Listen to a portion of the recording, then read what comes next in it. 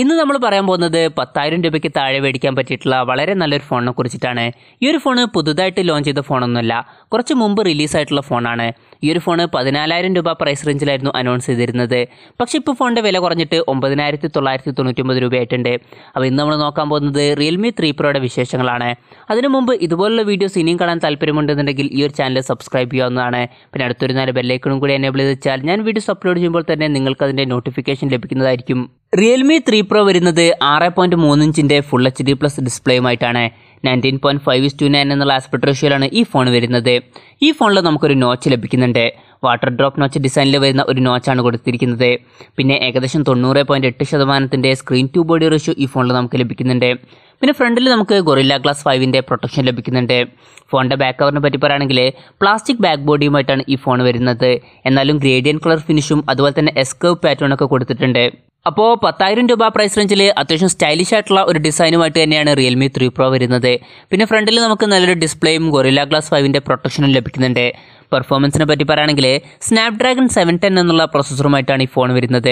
10,000 രൂപ പ്രൈസ് റേഞ്ചിൽ ഏറ്റവും ബെസ്റ്റ് ആയിട്ടുള്ള പ്രോസസ്സർ തന്നെയാണ് സ്നാപ്ഡ്രാഗൺ 710.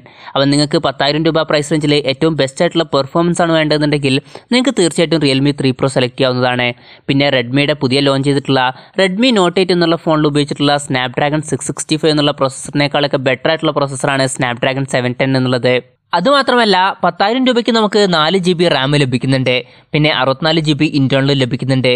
ഇനി മെമ്മറി എക്സ്പാൻഡ് ചെയ്യണമെന്നുണ്ടെങ്കിൽ ഡെഡിക്കേറ്റഡ് മെമ്മറി കാർഡ് സ്ലോട്ടുമായിട്ടാണ് ഈ ഫോൺ വരുന്നത്. പെർഫോമൻസ് ഒക്കെ ഒന്നും കൂടി മെച്ചപ്പെടുത്താൻ വേണ്ടിയിട്ട് ഹൈപ്പർ ബൂസ്റ്റ് 2.0 എന്നുള്ളൊരു ഫീച്ചർ ഈ ഫോണിൽ കൊടുത്തിട്ടുണ്ട്.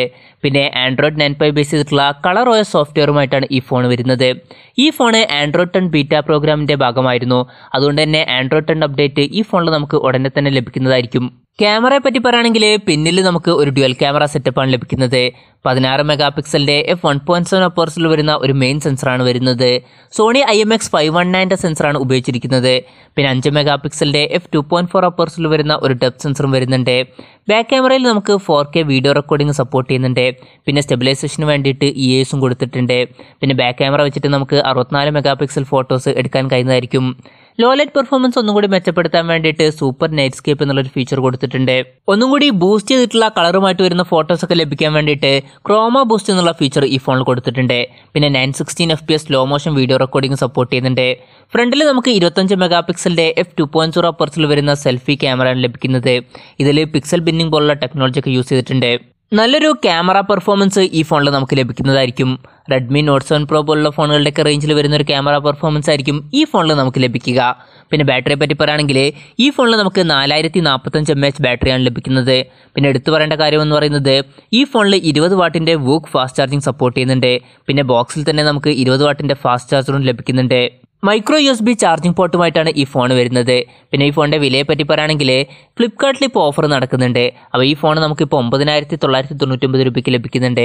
അപ്പോൾ ഓവറോൾ പറയുകയാണെന്നുണ്ടെങ്കിൽ 10,000 രൂപ പ്രൈസ് റേഞ്ചിൽ വളരെ മികച്ച ഫീച്ചേഴ്സുമായിട്ടാണ് Realme 3 Pro വരുന്നത്.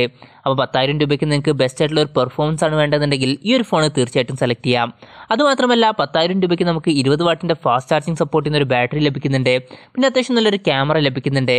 പിന്നെ ഗൊറില്ല ഗ്ലാസ് 5ൻ്റെ പ്രൊട്ടക്ഷനോട് കൂടിയ അത്യാവശ്യം നല്ലൊരു ഡിസ്പ്ലേയും ഈ ഫോണിൽ നമുക്ക് ലഭിക്കുന്നുണ്ട്.